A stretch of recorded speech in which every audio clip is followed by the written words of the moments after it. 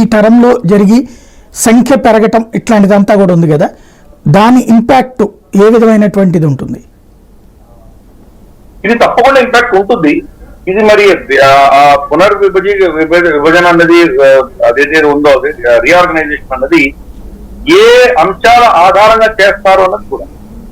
ఎందుకంటే human development index అంటారు, HDI అంటారు.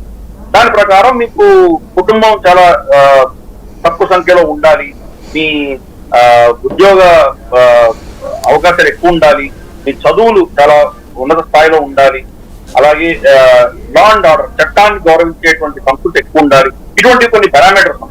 ఈ పారామీటర్స్ అన్ని పరిగణనలో తీసుకుంటే దక్షిణ భారతదేశంలో HDI అనేది చాలా గణనీయంగా ఉంది.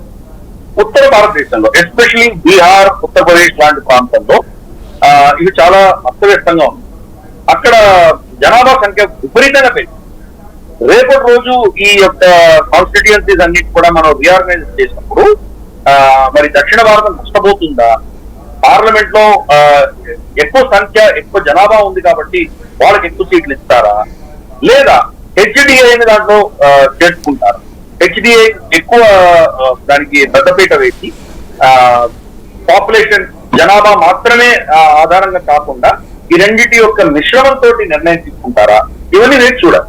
ప్రస్తుతానికి భారత ప్రభుత్వం నిర్ణయం తీసుకోలేదు. కాబట్టి అది కనుక జరిగితే మరి ఈశాన్య రాష్ట్రాలు కావచ్చు, లేదా దక్షిణ భారతదేశంలో కావచ్చు, విపరీతమైనటువంటి ఒక నిరాశ, నిస్పృహ వచ్చేటువంటి సూచనలు, అవకాశాలు తప్పకుండా ఉన్నాయి. కాబట్టి దాన్ని మరి సమస్య పరిష్కారం ఏంటి అన్నది ఆచితూచి వ్యవహరించాలి.